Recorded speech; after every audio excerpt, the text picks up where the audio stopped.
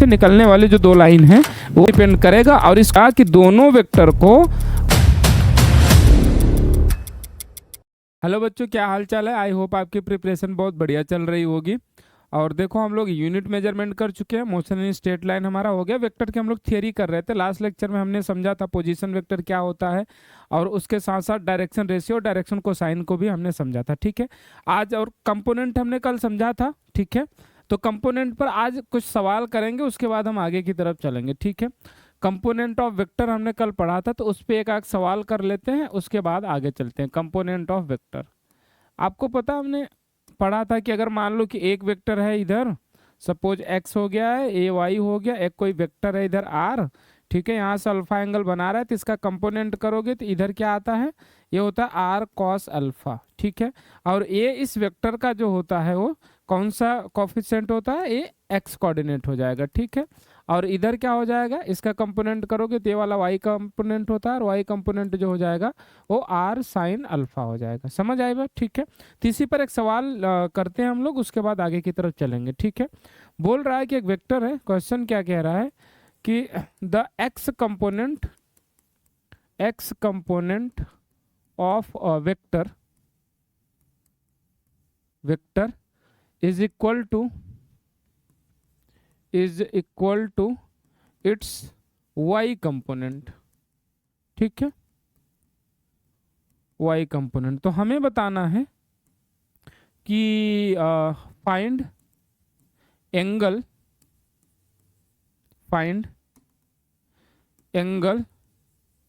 Which vector makes with y axis से क्या angle बना रहा है, ये हमसे पूछा है। ठीक है, चलो देखो एक काम करते हैं, बनाते हैं।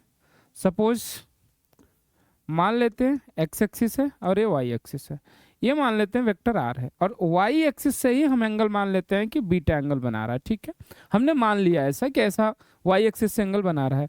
अब जब आप इसका कंपोनेंट करोगे, ठीक है, तो इसका जब आप कंपोनेंट करोगे तो कंपोनेंट करने पे क्या आएगा, ये आ जाएगा इधर क्या, r साइन बीटा आएगा x की तरफ, क्योंकि ये एंगल कहाँ से है, y से है। तो जब एंगल से परपेंडिकुलर वाली साइड जाते हो तो साइन में लिखते हो, और इधर क्या आ जाएगा, इधर आ जाएगा r cos बीटा। क्यों? क्योंकि आप एंगल की तरफ जा रहे हो। ठीक है, तो अब आप क्या लिख सकते हो, कह रहा है सवाल में ना कि x कंपोनेंट इसका जो है और y कंपोनेंट दोनों इक्वल है, तो आप लिख सकते हो r cos beta is equal to r sine alpha, ऐसा आप लिख सकते हो। देखो अब दोनों इक्वल है, r से r कैंसिल आउट हो गया।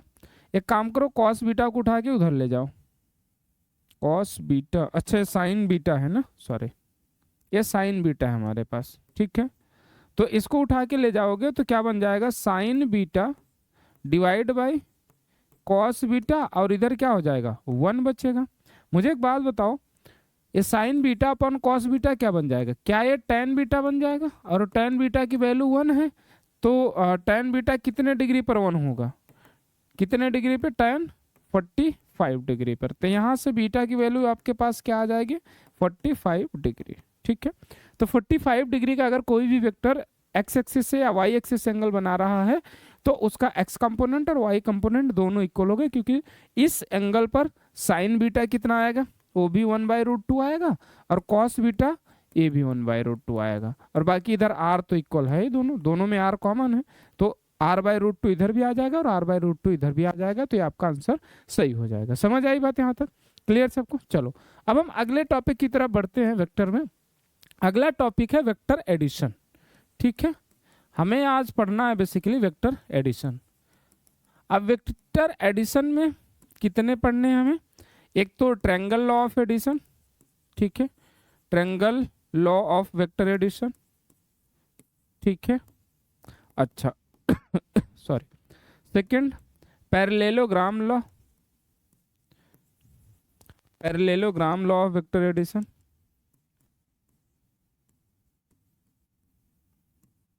और थर्ड हमें क्या पढ़ना है, थर्ड आपको पढ़ना है polygon law of vector addition, polygon law of vector addition. ठीक है, ये आपको आज एडिशन में पढ़ना है। ठीक है, तो हम स्टार्ट करेंगे triangle law of vector addition से। ठीक है, चलो भाई बहुत बढ़िया। एक काम करते हैं, इसको थोड़ा ऊपर लेते हैं। Triangle law of vector addition से हम लोग आज बात करेंगे। देखो कहता क्या है कि जैसे मान लो ट्रायंगल है, इसमें क्या कहेगा आपको, पहला अपन हेडिंग बनाएंगे triangle law of vector addition, ठीक है। तो ट्रायंगल लॉ में हम लोग सीखेंगे सबसे पहले किसकी थियरी सीखेंगे, कहता क्या है। कह रहा है कि अगर मान लो सपोज हमारे पास एक वेक्टर ए हो गया और दूसरा वेक्टर बी हो गया, ये दोनों सेम ऑर्डर में होना चाहिए। जैसे इनिशियल टू फाइनल अगर यहाँ से देखो तो इस ऑर्डर में जहां पर इसका हेड बना वहीं से इसका टेल स्टार्ट होना चाहिए और आगे हेड जाना चाहिए। अगर आप ऐसे देखोगे तो क्या होगा, इनिशियल टेल टू हेड, तो ये सेम ऑर्डर में हुआ, ठीक है। तो जब दो वेक्टर किसी भी ट्रायंगल के दो, इनको क्या बोलते हैं, कंसेक्यूटिव साइड बोलते हैं, लगातार आने वाली साइड, ठीक है। या आप वेक्टर के टर्म में अगर याद रखना चाहो तो सेम ऑर्डर में आना चाहिए, ठीक है। तो जब दो वेक्टर किसी भी ट्रायंगल के दो कंसेक्यूटिव साइड्स हो जाए, ठीक है, ये वेक्टर ए और वेक्टर बी इस वेक्टर के इस ट्रायंगल के दो कंसेक्यूटिव साइड हो गए, तो जो तीसरा साइड होगा इसका ए वाला, ठीक है, ये क्या हो जाएगा, सी, इन दोनों वेक्टर का सम हो जाएगा।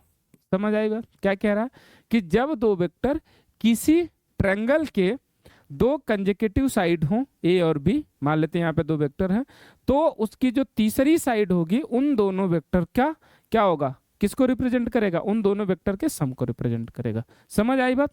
तो यहां से आपके पास क्या रिजल्ट आया, यहां से आपके पास आ गया vector A plus vector B is equal to vector C, ठीक है। मैंने आप लोगों को शायद कल के लेक्चर में बताया था कि अगर कोई वेक्टर सी है, ठीक है, इस तरीके से, ठीक है, अगर मैं यहाँ पर माइनस साइन लगा दूं इसका मतलब क्या हो जाएगा कि इसकी डायरेक्शन जो है रिवर्स हो जाएगी। समझ आई बात, ठीक है। अच्छा, तो इसको मैं यहाँ पर आज समझाऊंगा आपको, ठीक है। अब देखो इतनी बात से कुछ आपको जैसे डायग्राम वाले जो सवाल आते हैं वेक्टर एडिशन के वो इससे सॉल्व होंगे, ठीक है। जैसे मान लो कि आपको तीन वेक्टर दे दिया, ठीक है, सपोज वेक्टर ए दे दिया, वेक्टर बी दे दिया और वेक्टर सी दे दिया। अब हमसे पूछ रहा है कि इस वेक्टर से आप रिजल्टेंट निकालो, रिजल्टेंट क्या होगा। देखो सबसे पहले आप देखो इनिशियल टू फाइनल, ठीक है, या टेल टू हेड और टेल टू हेड, तो ये तीनों क्या हो गए, सेम ऑर्डर में हो गए भाई, टेल टू हेड। यहाँ पर क्या था, टेल टू हेड गया और ये क्या था, यहाँ से देखो टेल टू हेड यहाँ गया टेल टू हेड, लेकिन यहाँ पर ये हेड है, इन दो वेक्टर का हेड कोइंसाइड कर रहा है और इन दोनों का टेल कोइंसाइड कर रहा है, बट यहाँ पर ऐसा नहीं है, हेड टेल और हेड टेल कोइंसाइड कर रहा है, तो इसको बोलेंगे क्लोज्ड, ठीक है। ये हमारा एक क्लोज्ड डायग्राम बन गया, क्लोज्ड फिगर बन गया। तो कोई भी अगर क्लोज फिगर बन रहा है या क्लोज डायग्राम बन रहा है तो उसमें जितने वेक्टर से बन रहा है क्लोज, देखो अब ऐसे देखोगे तो आप क्लोज ये भी बन रहा है, लेकिन इसका ऑर्डर सबका सेम नहीं है। यहाँ क्या हुआ, टेल टू हेड गया टेल टू हेड, लेकिन ये हेड टू टेल जा रहा है, यहाँ हेड है और यहाँ टेल है, ठीक है। तो जब सेम ऑर्डर में क्लोज फिगर बन जाए या क्लोज डायग्राम कोई सा भी बन जाए, ट्रायंगल बन जाए या ट्रायंगल के बाद जो है चाहे जितने ही साइड आ जाए, ठीक है, उन सब का जो सम होगा क्लोज फिगर में, sum of all vectors is equal to 0, ठीक है। ये चीज आपको ध्यान रखनी है। इसको मैं प्रूव भी कर सकता हूँ, इसको मैं आपको एक सवाल लेकर बताता हूँ कि कैसे ये चीज पॉसिबल हुई। मुझे एक बात बताओ, अगर मैं वेक्टर सी को उल्टा कर दूं, माइनस लिख दूं, माइनस वेक्टर सी लिख दूं, तो क्या ये जो वेक्टर इधर बना है ए इस तरफ बन जाएगा, इधर इसका हेड हो जाएगा और ए इसका टेल हो जाएगा ऐसा। तो अब आप बताओ यहाँ पे ट्रायंगल लॉ लगाओ तो देखो टेल टू हेड ए हो गया और वेक्टर ए और वेक्टर बी सेम ऑर्डर में है, तो मैं क्या लिख सकता हूँ यहाँ पर, vector A plus vector B is equal to minus of vector C लिख सकता हूँ। अब देखो टेल टू हेड ए बना और हेड टू टेल बन रहा है, ठीक है। समझ आई बातें। अब ये जो माइनस वेक्टर सी इसको उठा के इधर ले आओ, तो A vector plus B vector plus C vector is equal to 0।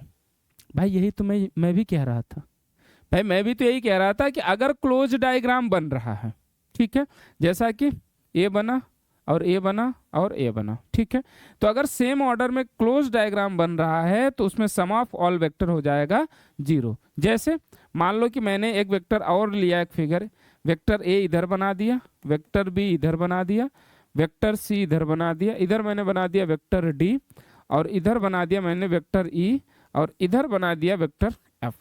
अब देखो tail to head, tail to head, tail to head, tail to head, सारा क्या है, किसमें है, सारा सेम ऑर्डर में है।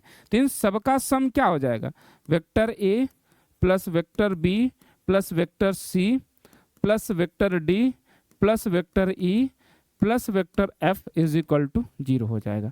अब देखो ये जो मैं रिजल्ट बता रहा हूँ ये पॉलीगन लॉ में आपके बिलोंग करने लगा। तो जो पॉलीगन लॉ होता है और ट्रायंगल लॉ होता है ये मैं दोनों साथ साथ पढ़ाता हूँ आपको, ठीक है। तो पॉलीगन लॉ पर आ गया हूँ मैं, ठीक है।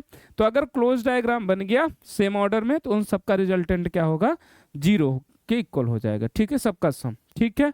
चलो अब जरा देखना कि अगर मान लो कि किसी तरह हमें रिजल्टेंट लिखना हो तो क्या लिखेंगे। देखो पॉलीगन लॉ में हमें एक बात जो ध्यान रखने वाली होती है उसको थोड़ा सा देखेंगे हम लोग, ठीक है। इधर पॉलीगन लॉ, ठीक है, क्या देखेंगे, सपोज मान लो कि हमारे पास एक वेक्टर ए है, दूसरा वेक्टर बी है, तीसरा वेक्टर सी है, चौथा वेक्टर डी है और पांचवा वेक्टर ई है, छठा वेक्टर जो है एफ है, ऐसा दिया हुआ है, ठीक है। अब आप देखो तो मैंने जो छठा वाला वेक्टर है इसको अपोजिट ऑर्डर में बनाया है, ठीक है। यहाँ पर देखो सबका ऑर्डर सेम है, छठे वेक्टर का मैंने ऑर्डर अपोजिट बनाया है, ठीक है। तो जब भी आप पॉलीगन लॉ पढ़ते हो तो जो अपोजिट ऑर्डर का वेक्टर होगा, अपोजिट ऑर्डर वाला, ठीक है, यही क्या हो जाएगा, इसका रिजल्टेंट हो जाएगा। रिजल्टेंट ए हो जाएगा किसका, is equal to sum of all vectors in same order. बस यही चीज आपको पॉलीगन लॉ में याद रखनी है, ठीक है। अपोजिट वाला, तो अब मुझे एक बात बताओ यहां से आप लोग, ठीक है, ये जो मैंने पॉलीगन बनाया हुआ है यहाँ पर, बताओ सेम ऑर्डर में कौन कौन सा, वेक्टर ए है, वेक्टर बी है, वेक्टर सी है, वेक्टर डी है, वेक्टर ई है। तो लिखोगे आप vector A plus vector B plus vector C plus vector D और plus vector E is equal to क्या हो गया, एक जो अपोजिट ऑर्डर में है उसके इक्वल हो जाएगा वेक्टर एफ। समझ आई बात, क्लियर सबको, ये डायग्राम सबको क्लियर हुआ, ठीक है। तो ये होता है पॉलीगन लॉ। इस पे एक सवाल कराएंगे, वो आगे कराएंगे, ठीक है। चलो अच्छा, यहाँ तक बात क्लियर हुई। अब जैसे मान लो मेरे पास एक ट्रायंगल दिया हुआ है कुछ, सपोज ये वेक्टर ए है और इधर से मान लेते हैं कि ये वाला वेक्टर, ये वेक्टर ए हो गया हमारे पास, ये वेक्टर बी हो गया और ये हो गया वेक्टर सी।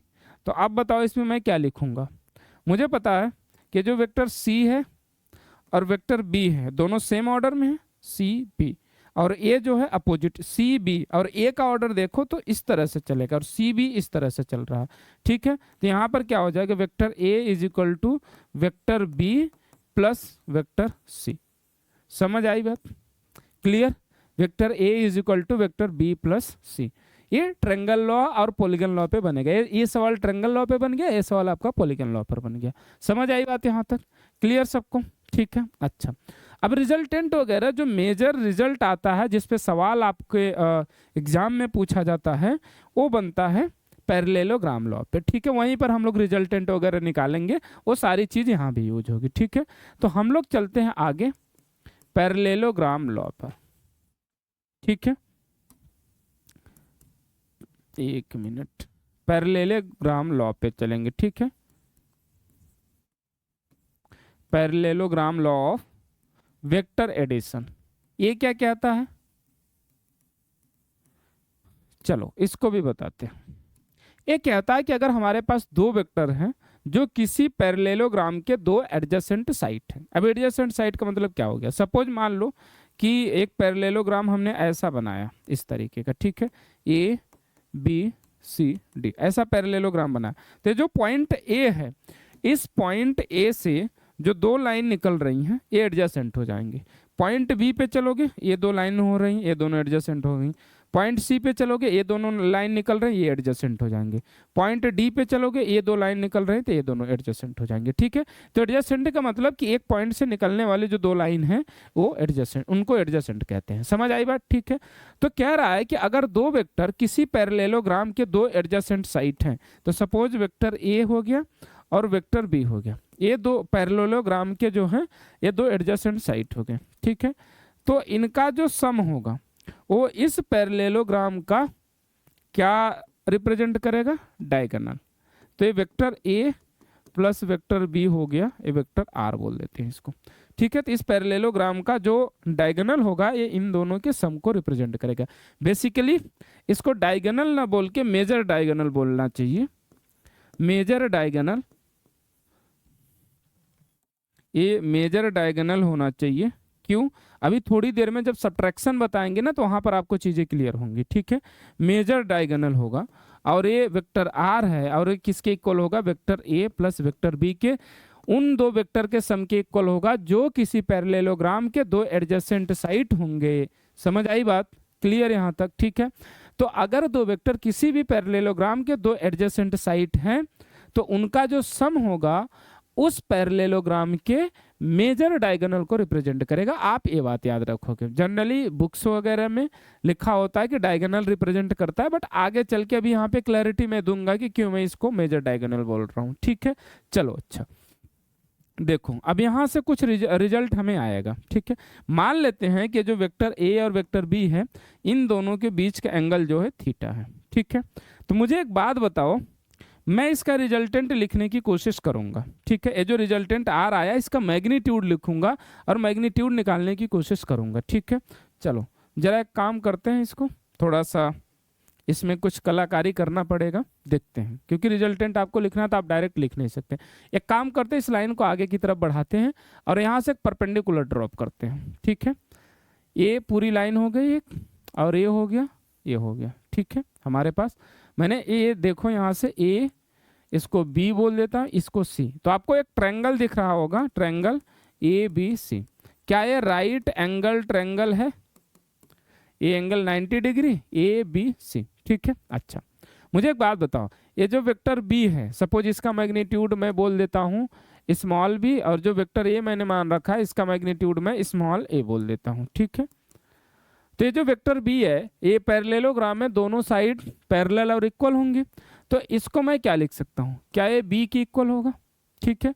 और मुझे एक बात बताओ, ये जो एंगल थीटा है क्या वो एंगल ए भी होगा थीटा? क्यों? क्योंकि एक ही लाइन है और ये दोनों पैरेलल लाइन है, ठीक है। तो मैं इसका कंपोनेंट करूंगा अब, और इसका कंपोनेंट करके मैं लिखूंगा, क्या लिखूंगा? देखो जब इधर आप कंपोनेंट करोगे तो ये बन जाएगा क्या? B cos theta. भाई एंगल की तरफ आओगे और एक कंपोनेंट करोगे ऊपर की तरफ जाएगा एंगल के परपेंडिकुलर, और ये लाइन क्योंकि ये दोनों लाइन इस वाली लाइन पर परपेंडिकुलर हैं तो दोनों इक्वल होंगे, और ये आ जाएगा बी साइन थीटा, ठीक है। तो मैं इसको इधर ना लिख के यहाँ पर लिख रहा हूँ बी साइन थीटा। समझ आई बात यहाँ तक? क्लियर सबको?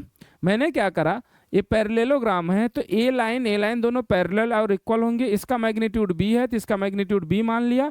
ये एंगल थीटा है तो ये भी एंगल थीटा होगा, क्यों? क्योंकि ए लाइन एक ही लाइन है और दो पैरेलल लाइन उसी को कट कर रहे हैं, तो जो एंगल यहाँ होगा वही एंगल यहाँ होगा। मैंने इस बी का कंपोनेंट करा, इधर लिख लिया बी कॉस थीटा, हाँ बी कॉस थीटा, और इधर परपेंडिकुलर वाला बी साइन थीटा होगा, तो ये लाइन इसके इक्वल होगा, तो मुझे इसकी लेंथ चाहिए थी वो मैंने लिख लिया। अब मुझे रिजल्टेंट चाहिए, तो इस राइट एंगल ट्रायंगल में अगर मैं पाइथागोरस थ्योरम लगाऊं तो क्या मैं लिख सकता हूं A C square is equal to A B square plus B C square लिख सकता हूं। A C square is equal to A B square plus B C square हो जाएगा। समझ आई बात यहाँ तक? ठीक है। अच्छा ए सी क्या है? आर है, ठीक है। ये जो आर है वेक्टर, इसका रिजल्टेंट मैं फिलहाल के लिए आर मान लेता हूं। समझ आई बात यहाँ तक? ठीक है। चलो तो ये जो ए सी हो गया ये आर स्क्वायर हो गया। ए बी मेरे पास कितना है? देखो अगर ये वेक्टर ए यहाँ तक था तो इसकी लेंथ तो ये हो गया, और इधर पूरे की लेंथ कितना है? B cos theta. तो क्या मैं ए बी को लिख सकता हूँ A plus B cos theta, और इसका हो जाएगा whole square, plus B C. B C हमारे पास क्या है? बी साइन थीटा है, तो इसका होल स्क्वायर हो जाएगा। समझ आई बात? ठीक है। इसको एक काम करते हैं, ओपन करते हैं, तो R square is equal to A square plus B square cos square theta plus 2ab cos theta plus B square sine square theta. समझ आई बात? ठीक है। चलो देखो यहाँ से अब आगे चलते हैं। एक काम करो, इधर तो लिखो आर स्क्वायर ही इज इक्वल टू, इधर ए स्क्वायर है ना, तो बी स्क्वायर इसमें से और इसमें से कॉमन लो, तो ये बचेगा ए स्क्वायर प्लस बी स्क्वायर जब कॉमन लिया तो बन गया sign square theta plus cos square theta. ठीक है, sign square theta plus cos square theta. भाई बी स्क्वायर कॉमन लिया तो यहाँ साइन स्क्वायर बचा, यहाँ कॉस स्क्वायर बचा, प्लस 2ab कॉस थीटा बचा है, प्लस 2ab कॉस थीटा बचा। समझ आई बात यहाँ तक? क्लियर है? मुझे एक बात बताओ, ये sign square theta plus cos square theta कितना होता है? 1 होता है। ठीक है, तो यहाँ से जो आर स्क्वायर आपके पास आया आ गया A square plus B square plus 2ab cos theta. तो आर जो आएगा रिजल्टेंट वो रूट में हो जाएगा A square plus B square plus 2ab cos theta. अब आप बोलोगे सर जब आप स्क्वायर रूट ले रहे थे तो आपको प्लस माइनस दोनों लिखना चाहिए यहाँ पर। मैंने बोला हाँ लिखना तो चाहिए, लेकिन मैं ले रहा हूँ रिजल्टेंट। किसी वेक्टर का रिजल्टेंट क्या होता है? उस वेक्टर का लेंथ होता है। रिजल्टेंट का मतलब कि जो एरो है उसका लेंथ, और लेंथ कभी भी नेगेटिव नहीं हो सकती, इसलिए मैंने माइनस साइन यहाँ पर नहीं लिखा है। ठीक है, चलो भाई बहुत बढ़िया। चलो ये मेरे पास रिजल्टेंट आ गया। अब यहाँ से मैं कुछ और बातें करूंगा। क्या? देखो, सबसे पहले ए क्या है? वेक्टर ए का मैग्नीट्यूड है। बी क्या है? वेक्टर बी का मैग्नीट्यूड है। और थीटा क्या है? थीटा वेक्टर ए और वेक्टर बी का एंगल है। समझ आई बात यहाँ तक? ठीक है, देखो अब मुझे एक काम करना है कि इसको ना मैक्सिमम बनाना है। ठीक है, मैक्सिमम बनाना। सपोज मेरे पास दो वेक्टर, एक वेक्टर इधर है और दूसरा वेक्टर इधर है, और इन दोनों का रिजल्टेंट कहीं यहाँ से जाना है।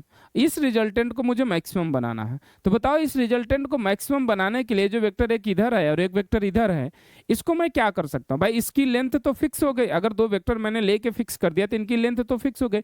मैं इनके बीच के एंगल को इंक्रीज या डिक्रीज करके इस रिजल्टेंट को मैक्सिमम कर सकता हूं। तो बेसिकली आर मैक्सिमम होगा या मिनिमम होगा, किस पे डिपेंड करेगा? इन दोनों के बीच के एंगल पे डिपेंड करेगा। समझ आई बात? ठीक है, तो अगर आपको आर मैक्स करना है, ठीक है, तो उसके लिए क्या होना चाहिए? उसके लिए देखो ए फिक्स बी फिक्स, यहाँ भी 2ab फिक्स, तो यहाँ पर कॉस थीटा पे डिपेंड करेगा और इसको होना पड़ेगा मैक्सिमम। और कॉस थीटा मैक्सिमम कितना होता है? 1। कितने डिग्री पर होता है? 0 डिग्री पर होता है। समझ आई बात? ठीक है, तो रिजल्टेंट मैक्सिमम तब होगा जब इन दो वेक्टर के बीच का एंगल 0 डिग्री हो। 0 डिग्री होने का मतलब क्या है? कि दोनों वेक्टर सेम डायरेक्शन में होने चाहिए। ठीक है, अच्छा तो आर मैक्सिमम आएगा कितना? जरा पुट करते हैं। तो भाई आर मैक्सिमम जो हो जाएगा वो क्या होगा? कॉस थीटा की वैल्यू 1 पुट करोगे तो ये बन जाएगा A square plus B square plus 2ab। यही बनेगा क्योंकि कॉस थीटा 1 पुट करा, 1 से मल्टीप्लाई करोगे यही होगा। क्या मैं इसको लिख सकता हूँ a प्लस बी का होल स्क्वायर? अरे लिख सकता हूँ, बहुत बढ़िया। तो स्क्वायर से रूट कैंसिल आउट हो जाएगा, तो जो आर मैक्स आया वो कितना आ गया? a प्लस बी आ गया। ठीक है, समझ आई बात? तो यहाँ से आपको एक बात पता होनी चाहिए, वो ये कि दो वेक्टर अगर किसी पैरेललोग्राम के दो एडजेसेंट साइड हैं, उनके रिजल्टेंट को मैक्सिमम करना, मैं दो वेक्टर को ऐड कर रहा हूं, उनके रिजल्टेंट को मैक्सिमम करना है, तो उनके बीच का एंगल क्या होना चाहिए? 0 डिग्री होना चाहिए। और मैक्सिमम रिजल्टेंट हो कितना सकता है? मैक्सिमम रिजल्टेंट उन दोनों वेक्टर का जो मैग्नीट्यूड है उसके इक्वल हो सकता है। समझ आई बात यहाँ तक? क्लियर सबको? चलो भाई बहुत बढ़िया। अब इसी में मैं मिनिमम की बात करूंगा। ठीक है, थोड़ा सा मिनिमम कितना होगा? देखो मेरे पास जो है वो यही है सब कुछ, मुझे इसी को लेकर के मैक्सिमम मिनिमम बनाना है। ठीक है, तो अगर आपको आर मिनिमम करना है, ठीक है, तो आर मिनिमम करने के लिए फिर से वही बात मैं आपको बताऊंगा कि भाई वेक्टर ए और वेक्टर बी का जो लेंथ है इसको अगर आपने ले लिया तो ये तो फिक्स हो गई। इनके बीच के एंगल को इंक्रीज डिक्रीज करके आप आर को मिनिमम कर सकते हो। ठीक है, इनके बीच का एंगल क्या है? थीटा। थीटा इस तरीके से आपको इंक्रीज डिक्रीज करना है जिससे कि कॉस थीटा जो है मिनिमम बन जाए। ठीक है, और कॉस थीटा की मिनिमम वैल्यू कितनी होनी चाहिए आप बताओ? -1 होती है। भाई कॉस थीटा की मैक्सिमम +1 और मिनिमम -1, सेम चीज साइन थीटा के लिए भी होती है। ठीक है, और मिनिमम 1 होती कितने पर है? Theta is equal to 180 degree पर। अब मुझे बताओ कि थीटा 180 का मतलब क्या हो गया? कि दो वेक्टर का अगर आप रिजल्टेंट निकाल रहे हो और उस रिजल्टेंट के मैग्नीट्यूड को मिनिमम होना है तो उन दोनों वेक्टर को आपस में 180 डिग्री के एंगल पर होना चाहिए। मतलब क्या हो गया कि दोनों वेक्टर को जस्ट अपोजिट डायरेक्शन में होना चाहिए। समझ आई बात यहाँ तक? क्लियर? चलो, तो यहाँ तक क्या हो गया, थीटा 180 हो गया। ठीक है, चलो अब मैं अगर इसकी जगह -1 पुट कर दूं तो ये क्या बन जाएगा, माइनस का 2ab बनेगा भाई, 2ab इंटू -1 माइनस 2ab। तो मैं इसको ऊपर कर रहा हूं और आर मिनिमम लिखने की कोशिश करूंगा। ठीक है, तो आर मिनिमम जो मेरे पास आ जाएगा वो हो जाएगा रूट में a² plus b² minus 2ab हो जाएगा, और इसको मैं लिख सकता हूं a माइनस बी का होल स्क्वायर से रूट कैंसिल आउट हो जाएगा, तो आर मिनिमम की जो वैल्यू आ जाएगी वो बचेगी a माइनस बी। ठीक है, समझ आई बात? क्लियर यहाँ तक कि दो वेक्टर का अगर मैं रिजल्टेंट निकाल रहा हूं और उस रिजल्टेंट का जो मिनिमम वैल्यू होगा वो हो जाएगा कितना, रिजल्टेंट जो निकाल रहा हूं उसके मैग्नीट्यूड की बात कर रहा हूं, ठीक है, वो a माइनस बी हो जाएगा। तो जो ये रिजल्टेंट आ रहा है, मैं अगर इसको लिखूं, इसका रेंज की बात करूं, रेंज क्या होता है कि जो रिजल्टेंट है उसकी वैल्यू कहां से कहां के बीच लाई कर सकती है, उसको अगर मैं लिखने की कोशिश करूं तो मैं लिख सकता हूं कि इस रेंज की मिनिमम वैल्यू तो a माइनस बी है, तो इसका मतलब होता है greater than are equal to a minus B but less than are equal to a plus B. ये लाइन आपको याद होनी चाहिए। ठीक है, कि कोई भी वेक्टर का अगर आप रिजल्टेंट निकाल रहे हो और उसका मैग्नीट्यूड ले रहे हो तो उसका मैग्नीट्यूड जो है उन दोनों वेक्टर के मैग्नीट्यूड के डिफरेंस के इक्वल हो सकता है या उससे बड़ा हो सकता है, या फिर उस दोनों जो वेक्टर हैं उनके मैग्नीट्यूड के क्या हो सकता है, मैग्नीट्यूड का प्लस जो है उसके इक्वल हो सकता है या उससे छोटा हो सकता है। समझ आई बात यहाँ तक? ठीक है, क्योंकि R less than are equal to a plus B और greater than are equal to a minus B होना चाहिए। समझ आई बात यहाँ तक? क्लियर सबको? चलो बहुत बढ़िया, तो यहाँ पर इतनी बातें हमने कर ली। ठीक है, एक बात और रह रही है, जरा उसको भी देख लेते हैं, उसके बाद अब सवाल की तरफ चलेंगे। ठीक है, वो बात क्या रह रही है जरा समझो। यहाँ पर वो बात ये रह रही है कि भाई जो आपने ये वेक्टर बनाया, आर निकाला, इसका डायरेक्शन क्या है, तो मान लेते हैं कि वेक्टर ए से अल्फा एंगल बना रहा है, तो जो tan अल्फा आप लिखोगे, आप जरा ये ट्रायंगल देखना ए बी सी, तो अल्फा यहां से ले रहे हो तो ए इसकी क्या हो जाएगी, बेस, और ये क्या हो जाएगा इसका परपेंडिकुलर, तो आप लिखोगे B sine theta divide by base कितना है, यहां तक ए है और प्लस बी कॉस थीटा, तो ए प्लस बी कॉस थीटा। अब इसको आपको याद कैसे रखना है, जरा देखो, tan अल्फा कहां से ले रहे हैं, ए से ले रहे हैं, तो ए को छोड़ दो, बी को उठाओ, उसका लिखो साइन थीटा वाला divide by A plus B का कॉस थीटा वाला। अगर मान लो यहां पर यही चीज कहीं इधर होती, यहां से बीटा एंगल बना रहा होता, तो मैं tan बीटा क्या लिखता, अब बार बार मैं ट्रायंगल बनाने तो नहीं लिखूंगा जाऊंगा, तो मैं देखूंगा कि बीटा कहां से बन रहा है, बी वाले से, तो मैं बी को छोड़ दूंगा, क्या उठाऊंगा, ए, और ए का कौन सा कंपोनेंट उठाऊंगा, साइन थीटा वाला, डिवाइड बाई क्या लिखोगे, बी से ले रहे हो तो बी पूरा लिखोगे, उसके बाद क्या लिखोगे, ए का कौन सा कंपोनेंट बचा, कॉस थीटा वाला, तो मैं उसको लिख दूंगा। तो इस तरीके से आपको ऑब्जर्वेशन के साथ चीजें याद रखनी है, ताकि अगर सवाल बदले तो आप उसको अप्लाई कर सको। पता लगा कि आपने ए से अल्फा वाला याद कर रखा है, बी से एंगल पूछ लिया, आपने यही लगा दिया। तो इसीलिए जब भी कोई भी चीज आप पढ़ो तो बड़े ध्यान से, बड़े ऑब्जर्वेशन के साथ आपको चीजें पढ़नी चाहिए। समझ आई बात यहां तक? क्लियर सबको? चलो बहुत बढ़िया, इतनी बात हो गई, अब हम चलेंगे कुछ सवाल की तरफ। ठीक है, चलो देखते हैं सवाल। हमसे कह रहा है कि दो फोर्सेस हैं हमारे पास, क्वेश्चन है ये कि दो फोर्सेस हैं हमारे पास, ठीक है, और उन दोनों फोर्सेस का जो मैक्सिमम रिजल्टेंट है, मैक्सिमम रिजल्टेंट वो है 10 न्यूटन और मिनिमम रिजल्टेंट जो है वो है 6 न्यूटन। ठीक है, तो हमें फाइंड करना है, फाइंड फोर्सेस, वो दोनों फोर्सेस को हमें फाइंड आउट करना है। ठीक है, तो देखो मान लेते हैं कि दो फोर्स है हमारे पास, F1 एंड F2। यहां से एक फोर्स F2 मान लेते हैं, सपोज एक फोर्स, एक काम करते हैं पैरेललोग्राम वाला ही बना लेते हैं, ये F1 हो गया और इधर F2 हो गया। ठीक है, मान लेते हैं इनके बीच एंगल थीटा था। ठीक है, ये बन गया हमारा पैरेललोग्राम। ठीक है, तो बोल रहा है कि इनका जो मैक्सिमम रिजल्टेंट है वो 10 न्यूटन है। तो मुझे बताओ कि जो मैक्सिमम रिजल्टेंट आया था वो कितना आया था, ए प्लस बी की इक्वल आया था। तो इसका मतलब जो दोनों फोर्सेस हैं F1 और F2, इन दोनों का अगर मैग्नीट्यूड आप डायरेक्टली ऐड कर दोगे तो मैक्सिमम रिजल्टेंट बन जाएगा। तो इसका मतलब है F1 प्लस F2 की वैल्यू दे रखा है 10 न्यूटन, और मिनिमम क्या होता था A माइनस बी। तो इसका मतलब F1 माइनस F2 जो है वो 6 न्यूटन दे रखा है। ठीक है, समझ आई। इसका इंपॉर्टेंस क्या है, ये सवाल में कैसे यूज होगा, इस तरह के सवाल में यूज होगा।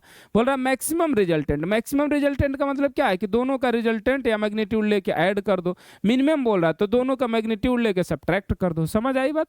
तो इस कॉन्सेप्ट का काम यहाँ पर आएगा। अब देखो यहाँ से F1 F2 की वैल्यू निकालना है, ऐड करेंगे तो ये कैंसिल आउट हो जाएगा। 2F1 is equal to 16 Newton हो जाएगा। तो F1 की वैल्यू कितना आ जाएगा, 8 न्यूटन। भाई ले जाके डिवाइड करोगे 2 से तो 8 न्यूटन बनेगा। समझ आई बात यहाँ तक, क्लियर सबको। चलो भाई बहुत बढ़िया। अब अगर F1 8 न्यूटन आ गया तो कहीं भी उठा के पुट कर दो। मैंने ऊपर वाले में पुट करा तो F1 8 न्यूटन है plus F2 is equal to 10 newton है। तो F2 की वैल्यू क्या हो जाएगा, 8 जाके इधर सब्ट्रैक्ट करेगा तो कितना आ जाएगा, 2 न्यूटन आ जाएगा। समझ आई बात, क्लियर सबको। तो इस तरह के सवाल आपसे पूछे जाएंगे यहाँ पर। ठीक है, क्लियर। चलो बहुत बढ़िया।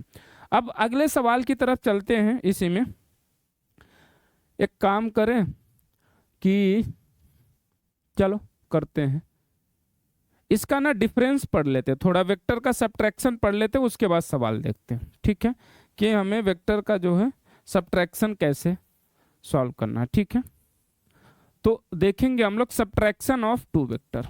ठीक है, सब्ट्रैक्शन ऑफ 2 वेक्टर्स। ठीक है, देखो ट्रायंगल लॉ, पैरेललोग्राम लॉ से ही देखेंगे इसको।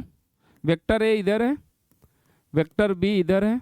ठीक है, ये एंगल थीटा। सपोज हमें सब्ट्रैक्शन का मतलब ए वेक्टर माइनस बी वेक्टर निकालना है। ठीक है, चलो एक बात बताओ, मैं इस वेक्टर आर को क्या लिख सकता हूँ, vector A plus of minus vector B लिख सकता हूँ, इतना लिख सकता हूँ। इसका मतलब है वेक्टर ए और माइनस वेक्टर बी का सम करना है मुझे। तो एक बात बताओ, ए वेक्टर बी इधर है और इसका माइनस लोगे तो ये माइनस किधर आ जाएगा, बताओ जरा फटाफट से। जस्ट माइनस लगाओगे तो अभी थोड़ी देर पहले क्या बताया था कि इसकी डायरेक्शन रिवर्स हो जाएगी। तो ये हो गया माइनस वेक्टर बी। अब जब ये माइनस वेक्टर बी हो गया, इन दोनों को ऐड कर रहे हो ए और बी से, तो इनका रिजल्टेंट कहाँ से जाएगा, कहीं इधर से जाएगा। और ये इसका रिजल्टेंट हो गया R is equal to vector A plus minus of vector B हो गया। समझ आई बात। ठीक है, फिर से वही बात कि वेक्टर ए का मैग्नीट्यूड ए और वेक्टर बी का मैग्नीट्यूड स्मॉल बी और वेक्टर आर का जो मैग्नीट्यूड है वो स्मॉल आर है। समझ आई बात। मुझे एक बात बताओ कि ये एंगल क्या होगा, ये वाला। भाई देखो ये एंगल कितना है, थीटा। ये पूरी सीधी लाइन है, तो एक सीधी लाइन पर जो एंगल बनता है कितने का बनता है, 180 का बनता है। इधर थीटा है तो क्या ये वाला एंगल 180 माइनस थीटा बनेगा, ये 180 माइनस थीटा बनेगा। अच्छा यहाँ समझ लो कि वेक्टर आर जो बना वो बन गया vector A minus vector B. ठीक है, अच्छा अब मुझे एक बात बताओ, अगर मैं इस पैरेललोग्राम को पूरा करूं, ठीक है, तो ये हो गया हमारा पैरेललोग्राम। ठीक है, देखो जब आपने ए प्लस बी निकाला था तो ये आया था vector R is equal to A vector plus B vector. जब आप ए माइनस बी निकाल रहे तो ये जो डायगोनल होगा ना, आप जरा समझना, ये डायगोनल इस वाले डायगोनल के पैरेलल और इक्वल हो जाएगा। ठीक है, तो ये जो डायगोनल हुआ vector R is equal to A minus B हुआ। अब बताओ जो ए माइनस बी हुआ तो छोटा ही आएगा, तो ये हो गया इसका माइनर डायगोनल। ठीक है, ये इसका माइनर डायगोनल हो गया। ठीक है, इसीलिए मैंने आपको पहले बताया था कि जब प्लस करोगे इस वाली लाइन से तो ये जो डायगोनल था ये इसका मेजर डायगोनल था। ठीक है, तो ये बात आपको याद रखनी होगी कि जब आप दो वेक्टर को ऐड करते हो पैरेललोग्राम के हिसाब से तो उनका जो रिजल्टेंट आता है वो उस पैरेललोग्राम के मेजर डायगोनल को रिप्रेजेंट करता है। डायगोनल में तो यार मेजर और माइनर दोनों आएंगे, ठीक है, लेकिन जब उनका डिफरेंस लेते हो, जब उनको सब्ट्रैक्ट करते हो, तो जो रिजल्टेंट आता है वो आपको रिप्रेजेंट करता है किसको? माइनर डायगोनल को रिप्रेजेंट करता है। समझ आई बात? ये चीजें किताबों में नहीं लिखी हुई, या किसी किसी में लिखी हुई, ज्यादातर किताबों में यही लिखा होता है कि दो वेक्टर को जब ऐड करेंगे तो डायगोनल को रिप्रेजेंट करता है। उनकी भी बात सही है, वो ना इसको सब्ट्रैक्शन मानते ही नहीं। वो कहते हैं कि ये जो माइनस वेक्टर बी है और वेक्टर ए है, इन दोनों को आप ऐड कर रहे हो, वेक्टर ए और माइनस वेक्टर भी ऐड कर रहे हो, तो ये आप यहाँ जाके सब्ट्रैक्शन कह रहे हो, वो इसको क्या मानते हैं? एडिशन ही मानते हैं। तो इसलिए वो इसको भी डायगोनल बोलते हैं, इसको भी डायगोनल बोलते हैं। तो अगर आप देखोगे कायदे से, तो जो प्लस आएगा जब दो वेक्टर को ऐड करोगे पैरेललोग्राम के हिसाब से, तो उसका मेजर डायगोनल हो जाएगा, सब्ट्रैक्ट करोगे तो माइनर डायगोनल हो जाएगा, ठीक है। अब जरा इसके रिजल्टेंट वगैरह निकालते हैं, जरा देखते हैं इसका रिजल्टेंट क्या आएगा। तो वेक्टर आर लिखोगे तो इसका मैग्नीट्यूड लिखोगे, ठीक है। तो आर इज इक्वल टू, आप रूट में क्या लिखते थे? ए स्क्वायर लिख दिया, बी स्क्वायर लिखते थे, बी स्क्वायर लिख दिया, 2ab लिखते थे, 2ab लिखोगे। अब जो कॉस थीटा लिखा था, यहाँ पर थोड़ा सा आपको ध्यान देना होगा। कॉस थीटा तो कब लिखते थे? जब इनके बीच का एंगल थीटा था ना। अब तो जो हम वेक्टर ले रहे हैं, वेक्टर ए ले रहे हैं और वेक्टर माइनस का बी ले रहे हैं, तो इनके बीच अब की बार एंगल क्या हो गया? 180 माइनस थीटा हो गया। भाई आप जो यहाँ पर कॉस थीटा लिखते थे, वो एंगल होता था वेक्टर ए और बी के बीच का, ठीक है। यहाँ आप किनको ऐड कर रहे हो? वेक्टर ए और माइनस वेक्टर बी को ऐड कर रहे हो। तो अब एंगल भी वेक्टर ए और माइनस वेक्टर बी के बीच का लोगे तो एंगल कितना हो जाएगा? 180 माइनस थीटा। तो आप यहाँ कॉस में लिखोगे 180 माइनस थीटा, और आपको पता है कॉस 180 माइनस थीटा किस कोऑर्डिनेट में लाई करता है? सेकेंड कोऑर्डिनेट में, और ये हो जाता है माइनस का कॉस थीटा। ये बात बताएंगे जब बेसिक मैथ्स पढ़ाएंगे, ठीक है। तो vector R is equal to हो गया vector A square plus vector B square minus 2ab cos theta. ये हो गया वेक्टर आर। समझ आई बात? क्लियर? यहाँ तक जो सब्ट्रैक्शन था वो समझ में आया कैसे करना है, कि हमने इसको रिवर्स कर दिया, उसका ऐड कर दिया, जो एडिशन आता है वो माइनर डायगोनल को रिप्रेजेंट करता है, रिजल्टेंट में माइनस हो जाता है यहाँ पर, ठीक है। समझ आई बात यहाँ तक? ठीक, चलो अब एक सवाल इस पर करते हैं। सवाल क्या है? सवाल कह रहा है कि दो वेक्टर हैं ए और बी, ठीक है। दो वेक्टर ए एंड बी हैं, ठीक है। कह रहा है कि इनका जो एडिशन है उसका मैग्नीट्यूड इनके सब्ट्रैक्शन के मैग्नीट्यूड के इक्वल है। ऐसा बोल रहा है सवाल में कि दो वेक्टर हैं, उनको जब हम ऐड कर रहे हैं तो उसका जो मैग्नीट्यूड है वो उनके डिफरेंस के मैग्नीट्यूड के इक्वल है। तो हमें बताना है find angle between those vectors.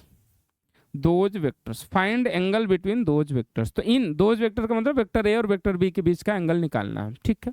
चलो ये सवाल आसान है, मुश्किल नहीं है, आराम से करेंगे इसको तसल्ली से। देखो मान लेते हैं कि एक वेक्टर जो है मेरे पास यहाँ पर है और ये वेक्टर ए हो गया, दूसरा वेक्टर बी जो है यहाँ पर है, ये एंगल थीटा हो गया, ठीक है। तो जब ए प्लस बी का मैग्नीट्यूड आप लिखोगे तो सवाल में यही तो कह रहा है कि वेक्टर ए प्लस बी का जो मैग्नीट्यूड है वो इक्वल है वेक्टर ए माइनस बी के मैग्नीट्यूड के, ठीक है। अच्छा तो यहाँ पर लिखोगे इसका मैग्नीट्यूड, तो बताओ क्या लिखा था? A square plus B square plus 2ab cos theta. आप बोलोगे सर वहाँ पे आपने स्मॉल ए स्मॉल बी लिखा था, यहाँ कैपिटल ए कैपिटल बी क्यों लिख रहे? मैंने ऐसा मान लिया कि वेक्टर ए का मैग्नीट्यूड ए है और वेक्टर बी का मैग्नीट्यूड कैपिटल का बी है, तो आप कैपिटल में लिख दो। इसमें कोई बड़ी चीज़ आपको दिक्कत नहीं आनी चाहिए, ठीक है। जो आप मान लोगे वही आप लिखोगे, ठीक है। मैंने वहाँ स्मॉल मान के करा था, यहाँ कैपिटल मान के कर रहा हूँ, ठीक है। यहाँ लिखोगे ए स्क्वायर प्लस बी स्क्वायर। अब यहाँ पर माइनस का 2ab कॉस थीटा आएगा, क्यों?